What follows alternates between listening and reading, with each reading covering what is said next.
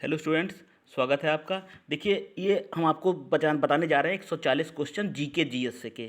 ठीक, ये GK GS के क्वेश्चन आपकी आरओ यारो के लिए इम्पोर्टेंट हैं और जो एग्ज़ाम है सीजीएल इसके लिए इम्पोर्टेंट है। क्वेश्चन ज़रूर मिलेंगे आपको।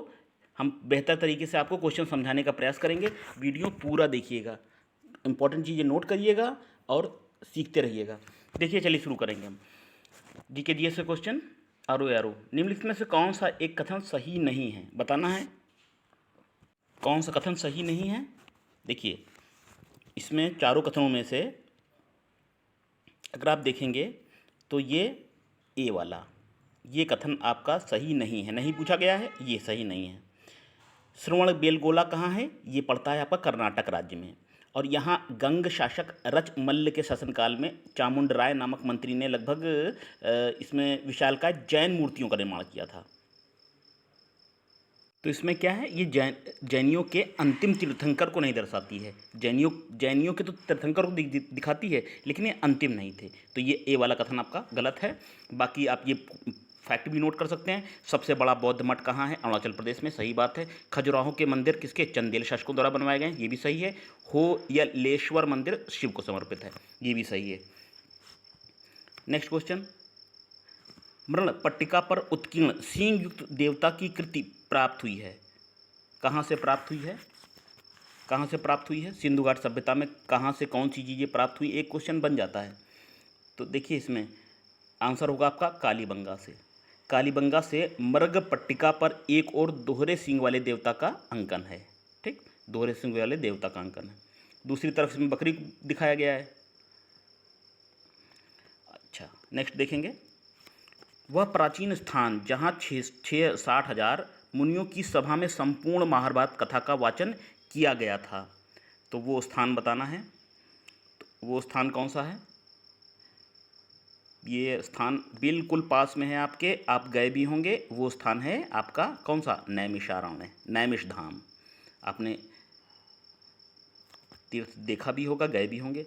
तो 60,000 मुनियों के साथ महाभारत कथा का वाचन हुआ। सातवाहनों की राजधानी कहाँ थी? सातवाहनों की राजधानी,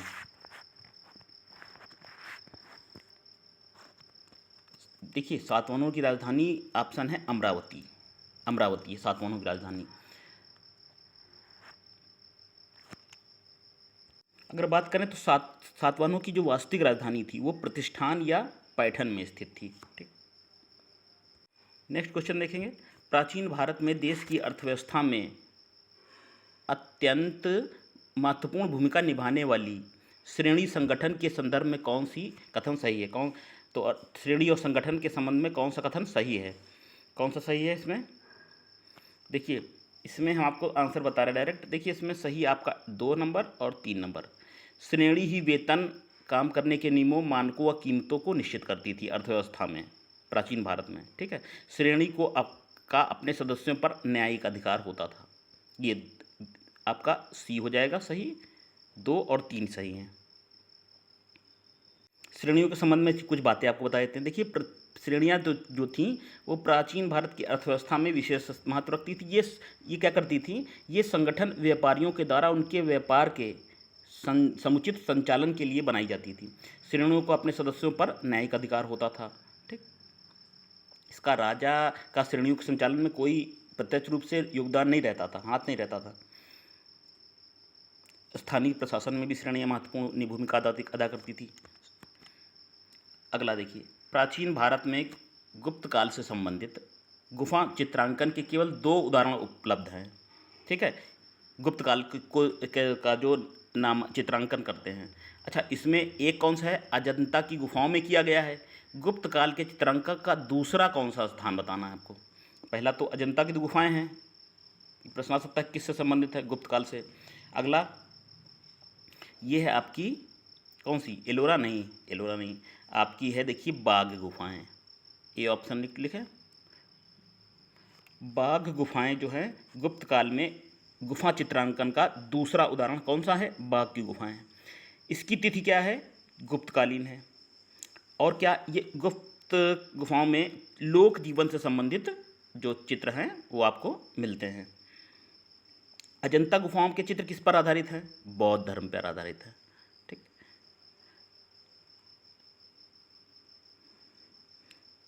चलिए नेक्स्ट प्रश्न में आपको सुमिलियन करना है। हम्पी कहाँ है? नागार्जुनकोंडा, शिशु पालगढ़, अरिकामेडू। देखिए हम्पी है आपका कर्नाटक में, ठीक, इसमें हम आपको बता देते हैं। और नागार्जुनकोंडा कहाँ है? ये है आपका कहाँ? आंध्र प्रदेश में। शिशुपालगढ़ कहाँ है? ये है ओडिशा में। और अरिकामेडू पांडिचेरी में, ठीक।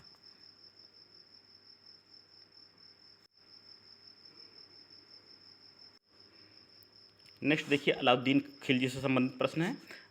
कथन है और उसका कारण है बताना है, ठीक। कथन और कारण का संबंध बताना है। अलाउद्दीन खिलजी ने दिल्ली में मूल्य नियंत्रण लागू किया था, ठीक है। वह दिल्ली में अपने राजभवन के निर्माण में लगे हुए कारीगरों को कम वेतन देना चाहता था। तो क्या है? देखिए बाजार व्यवस्था में सुधार के लिए अगर इतिहास में नाम आता है किसी का तो वह अलाउद्दीन खिलजी। ये तो सही है आपका, ऐसा नहीं है कम वेतन देना चाहता था, ये आपका आर गलत है, यानी कि ए सत्य है लेकिन आपका आर गलत है। उसने मूल्य निर्धारण की नीति लागू की थी अलाउद्दीन ने, ठीक है। और कुशल उसके लिए कर्मचारी नियुक्त किए थे। और एक दो फैक्ट देख लीजिए, उसने मलिक कबूल को सहना या बाजार का उसने अधीक्षक बनाया था। उसे कार्य में सहायता देने के लिए उसने घुड़सवार और पैदल टुकड़ियाँ ये भी रखी थी। बाजार नियंत्रण रखता था, कौन सी कीमतें बढ़ रही हैं, घट रही हैं, किसका मूल्य कि कौन सी किस चीज़ कीमत पर बिक रही है, इस पर नियंत्रण करने के लिए उसने अधिकारी नियुक्त कर दिए थे। अच्छा, बर्नी के अनुसार बाजार सुधारों का उद्देश्य मंगोलों के विरुद्ध एक विशाल सेना तैयार करना था, ठीक। चलिए तो कुछ फैक्ट रहे, आप देखेंगे निम्नलिखित में से उनके कालानुक्रमानुसार क्रमबद्ध कीजिए। इसको लगाना है। इसमें विद्यार्थियों सही क्रम होगा आपका सी, ठीक, सी होगा 1 2 3 4, ठीक। देखिए कुछ देख लीजिए, रुकनुद्दीन ने 1236 में इल्तुतमिश की मृत्यु के बाद वो शासक बना था, ठीक। और इल्तुतमिश के बाद बनी थी रजिया, तो आपका नंबर 1 क्या हो जाएगा? रुकनुद्दीन 1। और देखिए मुबारक खान जो है 1316 में मुबारक खिलजी के नाम से दिल्ली का सुल्तान बना था, 2 नंबर, ठीक। और क्या है? फिरोज तुगलक 1351 से 1388 तक शासक बना था, तो 3 नंबर ये हो जाएगा। और सैदवंशी शासक आलम शाह 1445 से 1451 तक दिल्ली का सुल्तान बना था, आपका सी ऑप्शन हो जाएगा, ठीक है। अगला विजयनगर के शासक कृष्णदेव राय ने गोलकुंडा का युद्ध किसके साथ लड़ा था? किसके साथ लड़ा था? इंपॉर्टेंट क्वेश्चन है। देखिए लड़ा था ये आपका ए क्या? कुली कुतुब शाह। विजयनगर के राजा कृष्णदेव राय ने गोलकुंडा का युद्ध गोलकुंडा के सुल्तान कुली कुतुब शाह के साथ लड़ा था, ठीक।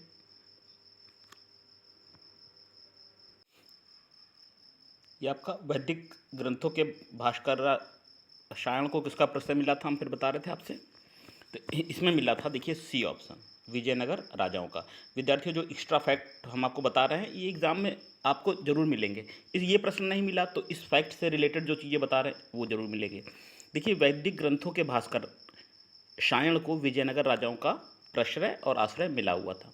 संगम के पांच पुत्रों में जिसमें हरिहर और बुक्का थे, इन्होंने ही तुंगभद्रा नदी के उत्तरी तट पर अनेकोंडी दुर्ग के सम्मुख दक्षिण तट पर विजयनगर शहर और विजयनगर राज्य की स्थापना की थी, ठीक।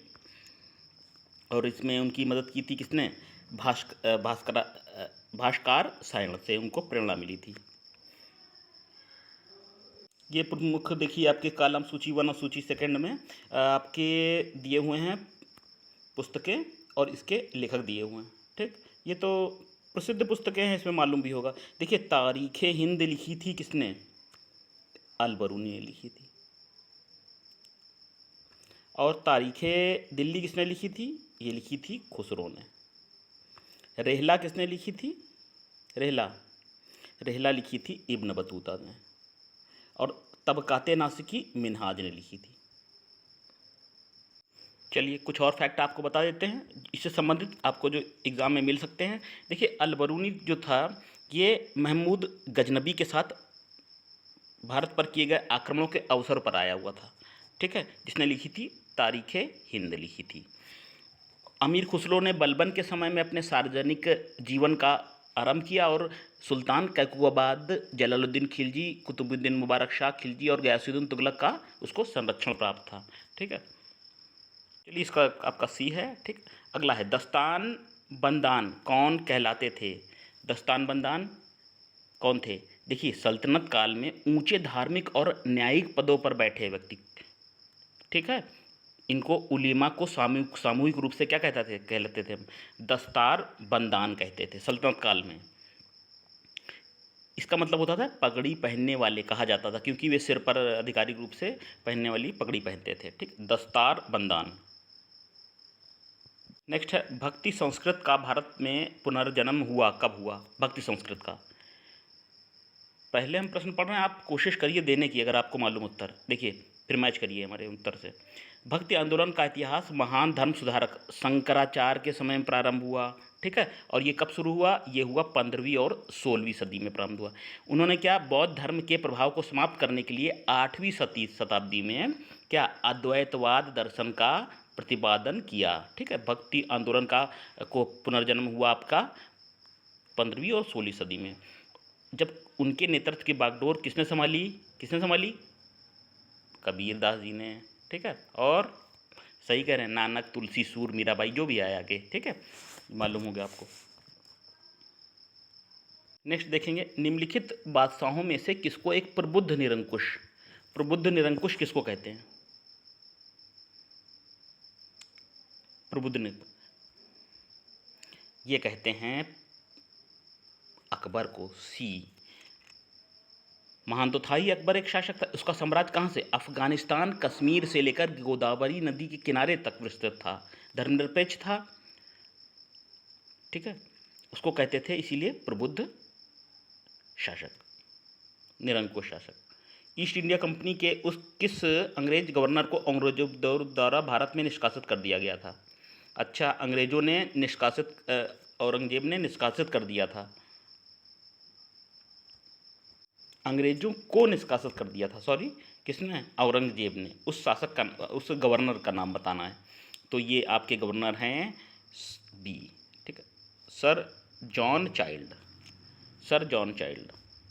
बम्बई के अंग्रेज governor sir John child Bombay और पश्चिमी समुद्र तट के मुगल बंदरगाहों का घेरा डाला और मक्का जाने वाले हज यात्रियों को बंदी बनाने का उसने प्रयास किया था। इसी के फलस्वरूप क्या औरंगजेब ने भारत में निष्कासित करने का उसको आदेश दे दिया था। ठीक, मुगल शासक औरंगजेब के सामने उसे विवश होना पड़ा और उसको माफ़ी मांगनी पड़ी, क्योंकि उसने बताया हमने हज यात्रियों को बंदी बनाने का उसने प्रयास किया था। अगला, निम्नलिखित में से कौन सा युद्ध भारत में अंग्रेजों के आधिपत्य की स्थापना की दृष्टि से सबसे महत्वपूर्ण माना जाता है? इंपॉर्टेंट क्वेश्चन है, इजी भी है। देखिए, बक्सर का युद्ध, ए ऑप्शन। बक्सर के युद्ध के साथ ही इसमें हालांकि प्लासी का युद्ध भी हुआ था, लेकिन वास्तविक जो है बक्सर का युद्ध जो हुआ था 22 अक्टूबर 1764 में। ठीक है, ये बक्सर है, प्लासी है, रटी होगी डेट आपको। तो इस युद्ध के बाद से ब्रिटिश प्रभुसत्ता स्थापित हुई थी। बक्सर के वास्तविक जो है, बक्सर के युद्ध में मुगल सम्राट, बंगाल का नवाब और अवध का नवाब तीनों अंग्रेजों के लिए के आगे क्या कठपुतली बन गए, शासक हो गए थे। तो आप कह लेंगे ए ऑप्शन। महाराणा रणजीत सिंह के उत्तराधिकारी कौन थे उनके उत्तराधिकारी?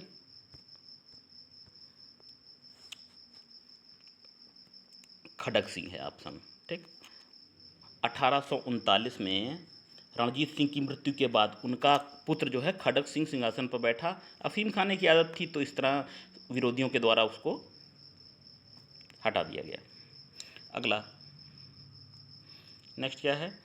टीपू सुल्तान ने ब्रिटिश सेना को 1780 में हराया था। कब हराया था? देखिए, आपका है बी। हैदर अली और टीपू सुल्तान ने मराठों और निजामों के साथ एक समझौता कर लिया और फ्रांसीसी सहायता का वचन दे दिया। ठीक है, और बी ऑप्शन है पॉलीलूर में।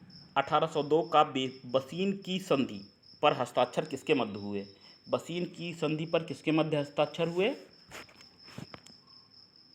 किसके मध्य? देखिए, अंग्रेजों और बाजीराव सेकेंड के मध्य बसीन के जो संधि थी वो दिसंबर 1802 में हुई थी। पेशवा बाजीराव द्वितीय और अंग्रेजों के मध्य हुई थी। यह सहायक संधि के तहत बाजीराव द्वितीय ने अंग्रेजों की संरक्षता स्वीकार कर ली थी। ठीक, चलिए नेक्स्ट देखेंगे। भारतीय पुरातत्व सर्वेक्षण की स्थापना किसके काल में हुई? किसके काल में हुई? इंपॉर्टेंट क्वेश्चन है। देखिए ये हुई थी आपकी लॉर्ड कर्जन के समय में। किस सन में? 1784 में हुई थी। ठीक है। भारत में पुरातत्व सर्वेक्षण संबंधी प्रयास 1784 में कलकत्ता में विलियम जोन्स द्वारा एशियाटिक सोसाइटी की स्थापना के साथ हुआ। ठीक है, कलकत्ता में हुआ और एशियाटिक सोसाइटी जो है उसकी स्थापना के साथ प्रारंभ हुआ। 1861 में लॉर्ड कैनिंग द्वारा अलेक्जेंडर कनिंघम को प्रथम पुरातात्विक सर्वेक्षण नियुक्त किया। ये भी इंपॉर्टेंट है, अलेक्जेंडर कनिंघम को नियुक्त किया गया। नेक्स्ट है, किसने यह विचार किया कि भारत में ब्रिटिश आर्थिक नीति घिनौनी है? ये बात किसने कही थी? देखिए ये कही थी कार्ल मार्क्स ने। कार्ल मार्क्स ने ये जो बात है ये कही थी, ब्रिटिश आर्थिक नीति घिनौनी है। अंग्रेजी हस्तक्षेप में सूत काटने वाला तो लंकाशायर मतलब हो जाता था, क्योंकि यहाँ से कच्चा माल ले जाते थे, वहाँ से बना हुआ माल आता था, तो इसलिए लंकाशायर इसलिए हो जाते थे, मतलब समाप्त हो गया बिल्कुल। ये भारत के जो बुनकर हैं, चरखा काटने वाले हैं, हथकरघा में से हैं, असंख्य काटने वालों को रोटी चलाना मुश्किल हो गया, उनको लिए जीवन जीना मुश्किल हो गया। ठीक है, इसीलिए आर्थिक नीति बताया था कार्ल मार्क्स ने घिनौनी है। अगला देखेंगे, ब्रिटिश औपनिवेशिक व्यवस्था के विरुद्ध 1857 में से पूर्व में भारत के विभिन्न भागों में हुए निम्न विद्रोह जो हुए थे उनका क्रम बताना है। विद्रोहों का क्रम बताना है आपको। कौन सा विद्रोह किस समय में हुआ? 1857 से पहले भी मालूम होगा आपको, कई विद्रोह हुए थे। ठीक है, छोटे छोटे। ठीक, तो इसमें आपका क्रम क्या होगा? देखिए इसमें होगा फर्स्ट, आपका आंसर है ये, आपका आंसर। तो जिसमें आपको बंगाल का सिपाही विद्रोह हुआ था, कितना? 1764 में। ठीक, बंगाल का सिपाही विद्रोह, जिसे हेक्टर मुनरो की एक बटालियन बक्सर की रणनीति से मीर कासिम से जा मिली थी। इसमें वेल्लोर का सिपाही विद्रोह कब हुआ था? वेल्लोर का सिपाही विद्रोह ये 18, ये सब छोटे छोटे विद्रोह हैं, ये मालूम होना चाहिए, पूछ देते हैं इनसे क्वेश्चन। 1806 में विद्रोह हुआ था वेल्लोर का सिपाही विद्रोह। ठीक है, और क्या? कच्छ का विद्रोह। कच्छ का विद्रोह कब हुआ? कच्छ का विद्रोह हुआ था 1819 से। ठीक, और संथाल विद्रोह मोस्ट इंपॉर्टेंट है, ये जो संथाल विद्रोह ये हुआ था आपका 1855 से 1856 तक। नेक्स्ट है आपके एडिटर हैं और समाचार पत्र हैं। किसने ये समाचार पत्र पत्रिकाएं निकाली थी? उनके नाम हैं दिए गए हैं। देखिए S.A. डांगे ने निकाली थी द सोशलिस्ट, और मुजफ्फर अहमद ने निकाली थी नवयुग। गुलाम हुसैन ने क्या निकाली थी? इंकलाब। और अंत में M. सिंगेवेलू ने निकाली थी किसान लेबर गजट। जो चीज़ अच्छे लगे नोट कर सकते हैं, आप स्क्रीनशॉट ले सकते हैं। नेक्स्ट क्या है, भारतीय किसान यूनियन की स्थापना किसने की थी? देखिए ये हुई थी भारतीय किसान BKU की स्थापना हुई थी स्वर्गीय महेंद्र सिंह टिकैत द्वारा। कब हुई थी? 1986 में हुई थी। ठीक है, स्वर्गीय महेंद्र सिंह टिकैत द्वारा हुई थी 1986 में, और गैर राजनीतिक संगठन था। उत्तम श्रेणी की ऊन पैदा करने वाली भेड़ों की प्रजाति, ठीक है, तो ये कौन सी है सबसे उत्तम? मैरिनो जो है। मैरिनो मूल रूप से स्पेन और उत्तरी अफ्रीका की प्रजाति है। लंबे रेशे का ऊन मिलता है और विश्व की कुल उत्पादन का लगभग 1/3 मैरिनो भेड़ से ही प्राप्त होता है। ठीक है, उत्पादक राज्य कौन है इसके? दक्षिण अफ्रीका है, ऑस्ट्रेलिया है, अर्जेंटीना है, 3 है। ठीक है, दक्षिण अफ्रीका, अर्जेंटीना और ऑस्ट्रेलिया में मैरिनो जो सबसे अच्छी भेड़ की प्रजाति है उससे ऊन प्राप्त होता है। नेक्स्ट देखिए, ज्योग्राफी का प्रश्न है, कथन है और कारण है। भारतीय मानसून की उत्पत्ति के संबंध में तापीय विभेदन की संकल्पना हेलो द्वारा दी गई थी। अगला है कारण। तापीय विभेदना की संकल्पना भारतीय मानसून की उत्पत्ति को समझाती है। इसमें क्या है? इसमें है आपका, देखिए सी ऑप्शन है। क्या ये सही है आपका? ठीक है, ये कारण जो है वो गलत है। ठीक, भारतीय मानसून की उत्पत्ति के संबंध में तापीय विभेदन की संकल्पना किसने दी थी? हेलो द्वारा की गई थी। ठीक, नेक्स्ट देखेंगे क्या है, बांगर भूमि प्लीस्टोसीन काल की है। कश्मीर के करेवा प्लास्टोसीन काल के जमाव, ठीक है, जमाव हैं, ठीक। कथन कारण इसमें बताना है आपको। इसमें क्या है, इसमें आपका दोनों बात सही है, लेकिन ए और आर की सही व्याख्या नहीं करता है। अगला देखेंगे, मानव पृथ्वी के धरातल की उपज है। किसका कथन है? ये कथन है आपका किसका? सेम्पुल ने कहा था ये बात। सेम्पुल ने कहा था। अमेरिका अमेरिका भूगोलवेत्ता है अमेरिकी। सेम्पुल नियतवादी की समर्थक थे। नियतवादी को उनके अनुसार प्राकृतिक वातावरण का नियंत्रण केवल मानव के भोजन, वस्त्र, आवास और आर्थिक क्रियाकलापों पर ही नहीं, उसके विचारों, भावनाओं, धार्मिक विश्वासों और सामाजिक संगठनों पर भी निर्भर करता है। नेक्स्ट देखेंगे, देखिए ज्योग्राफी क्वेश्चन आ रहे हैं। वायुमंडल की वह परत जिसमें ताप प्रबलता का विपर्य होता है, उसे क्या कहते हैं? उसे कहते हैं क्षोभ मंडल। C option. सामान्यतः क्षोभ मंडल में ऊंचाई में वृद्धि के साथ तापमान में क्या कमी आती है, परंतु कभी कभी क्षोभ मंडल में किसी विशेष ऊंचाई पर में वृद्धि के साथ तापमान में वृद्धि अंकित की जाती है। तो इस स्थिति को क्या कहते हैं? तापमान की विलोमता, विपर्यता, विपरीत मतलब विपर्यता मतलब विपरीत। सारगैसो सागर स्थित है। सारगैसो सागर कहाँ है? उत्तरी अंध महासागर में, ठीक, उत्तरी महासागर में है। अगला है, अंडमान निकोबार द्वीप समूह की जनजातियों के नाम। अच्छा प्रश्न है ये प्रश्न, ठीक है। अंडमान निकोबार की जनजातियाँ कौन सी हैं? तो देखिए आपका होगा निग्रियार्ड, ठीक। अंडमान निकोबार की अधिकांश जनजातियों का संबंध किससे है? नीग्रिटो। आप इसको कहते हैं नीग्रिटो, ये भी कह सकते हैं, नीग्रिटो से है या निग्रियार्ड से है। मध्य भारत की जनजातियों का संबंध सामान्यतः किससे है? मध्य भारत की जातियां हैं, उनका है प्रोटो ऑस्ट्रेलियार्ड, ठीक, हमको बता देते हैं। इसमें अंडमान निकोबार की तो निग्रिटो से है, और मध्य भारत की जो जनजातियां हैं किसके अंतर्गत आती हैं? प्रोटो ऑस्ट्रेलियार्ड,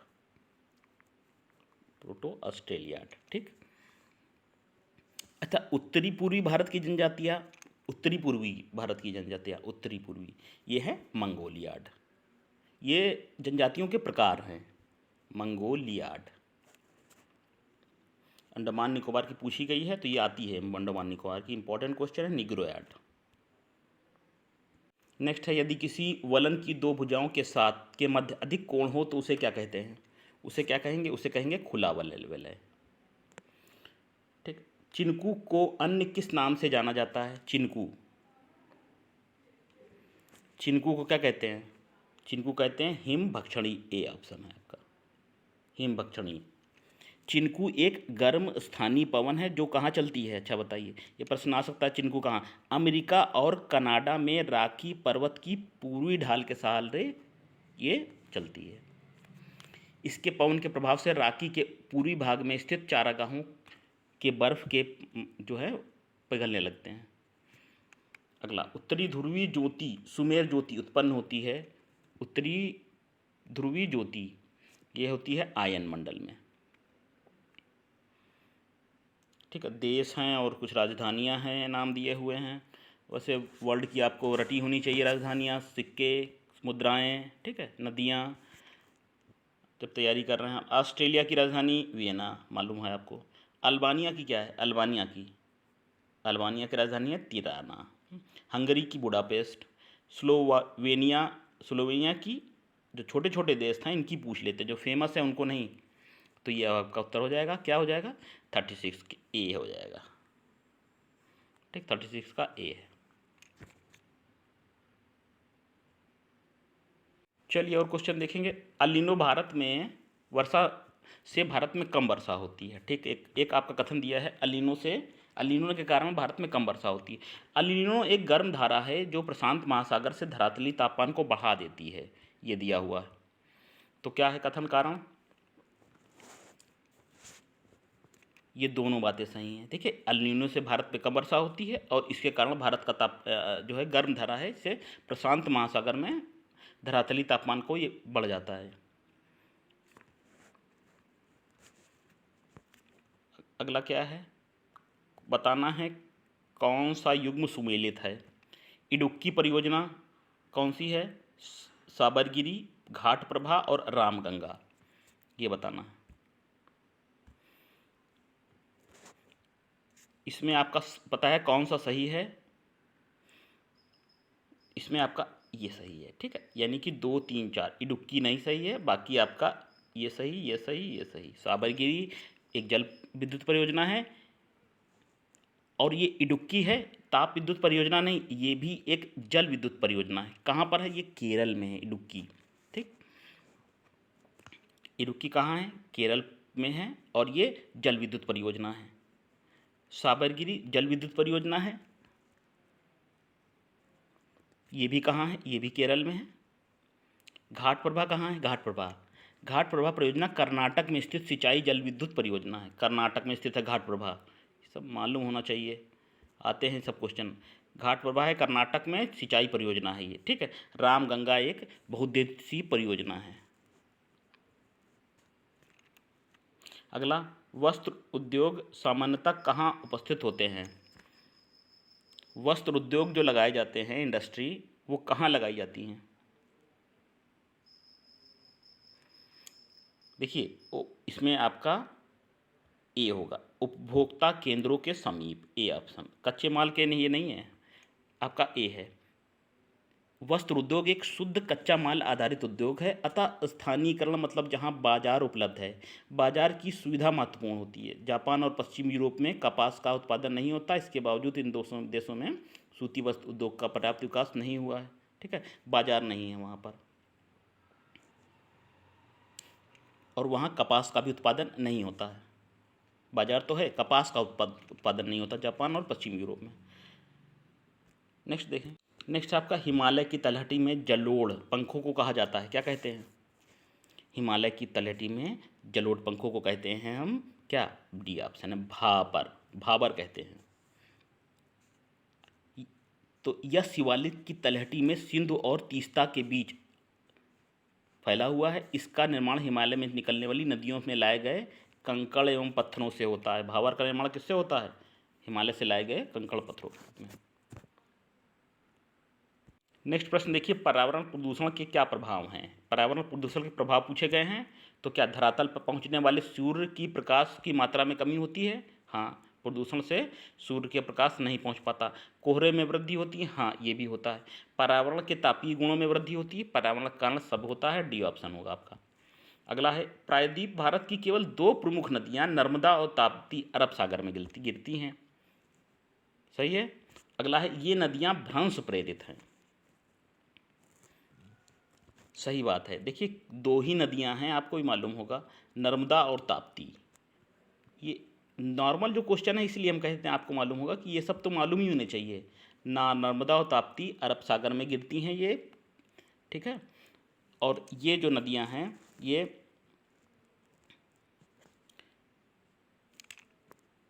मात्र 2 ऐसी नदियां हैं जो पश्चिम से पूरब की ओर प्रवाहित होती हैं, ठीक है। नर्मदा और ताप्ती ने अपनी घाटी का निर्माण स्वयं नहीं किया है, बल्कि ये नदियां भ्रंश घाटियों से होकर प्रायद्वीप पठार की ढाल के विपरीत प्रवाहित होती हैं, ठीक। नेक्स्ट देखें, शिवालिक नामक हिमालय की बाह्यतम श्रेणी का उत्थान संपन्न हुआ था कहाँ? इसमें हुआ था आपका डी। देखिए हिमालय की उत्पत्ति के भी काल हैं। ये हिमालय का प्रथम उत्थान हुआ था ओलीगोसीन काल में। ओली नाम दिया गया है, ओलीगोसीन काल में हिमालय का की उत्पत्ति हुई थी, ठीक है। इसके फलस्वरूप हिमालय का निर्माण हुआ। 2-3 उत्थान के फलस्वरूप का है मायोसीन काल। ओलियोगोसीन के बाद है क्या बताया आपने आपको? मायोसीन काल, मायोसीन काल, ठीक। हिमालय के निर्माण का दूसरा चरण ये है, ठीक है। तृतीय है क्या है? ये जो आपका प्लीस्टोसीन काल, ये प्लीस्टोसीन काल है, ठीक। प्लीस्टोसीन काल के दौरान आपका ये प्रश्न ना, शिवालिक नामक हिमालय की इनका उत्थान हुआ। कर्मा त्यौहार कहाँ की स्त्रियाँ मनाती हैं? कर्मा त्यौहार बी ऑप्शन है, संथालों की।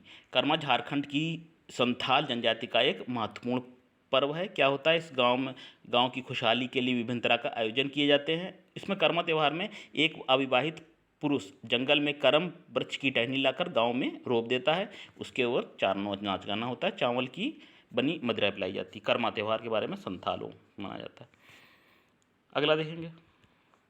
नेक्स्ट देखिए, कथन कारण है अश्व अक्षांश वायु अपसरण के क्षेत्र हैं। अगला है पृथ्वी की केंद्र प्रभासी बल अयन रेखाओं के सर्वाधिक समीप होता है। तो इसमें आपका हो जाएगा ऑप्शन नंबर सी। क्या ये तो सही है, लेकिन आर आपका गलत है।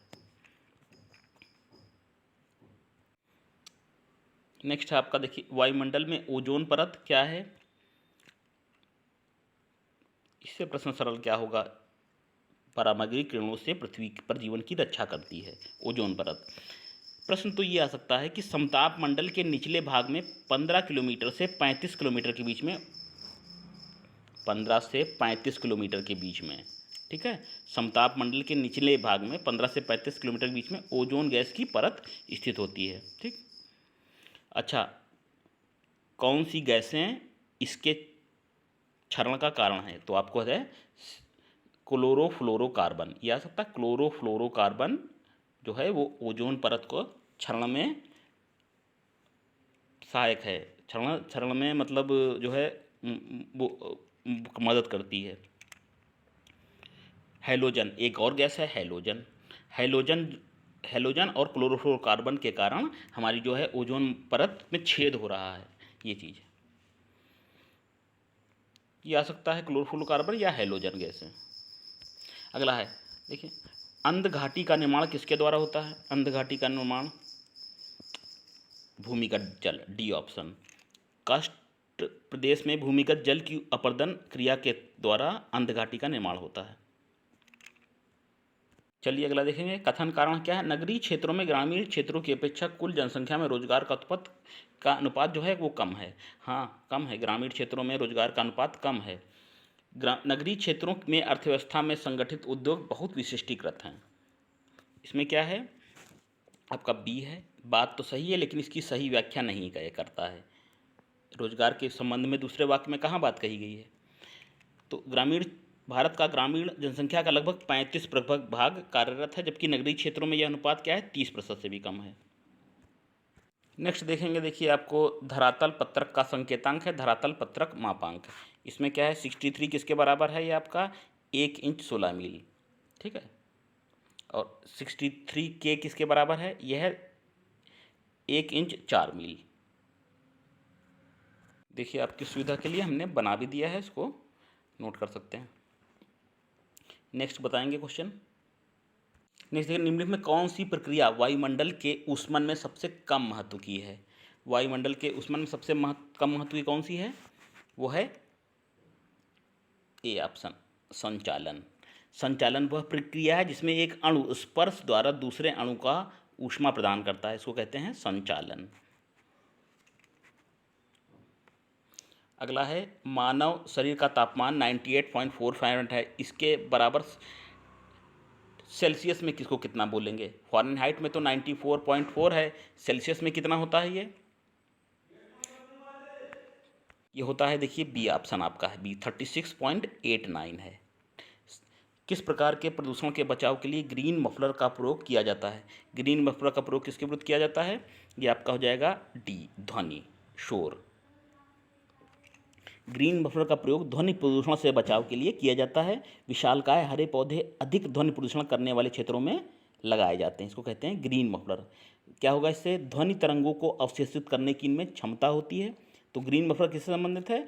ध्वनि प्रदूषण को नियंत्रित करने वाले हरे पौधों को कहते हैं हम ग्रीन मफलर। एक पिंड का अधिकतम भार निम्नलिखित में से किससे होता है? एक पिंड का अधिकतम भार किसमें होता है? ये होता है आपका सी, हाइड्रोजन में, सी, ठीक। वनस्पति तेलों के हाइड्रोजनीकरण में निम्नलिखित में से किस में उत्प्रेरक का प्रयोग किया जाता है? इसमें है ऑप्शन आपका सी, निकेल। निकेल का प्रयोग वनस्पति तेलों के हाइड्रोजनीकरण में होता है। चलिए कुछ हमने प्रश्न बताए, नेक्स्ट में आपको हम और भी क्वेश्चन कवर करेंगे। आप नोट करते रहिए, बने रहिए हमारे चैनल पे, डी नाइट क्लासेस पे। फिर मिलते हैं अगली क्लास में।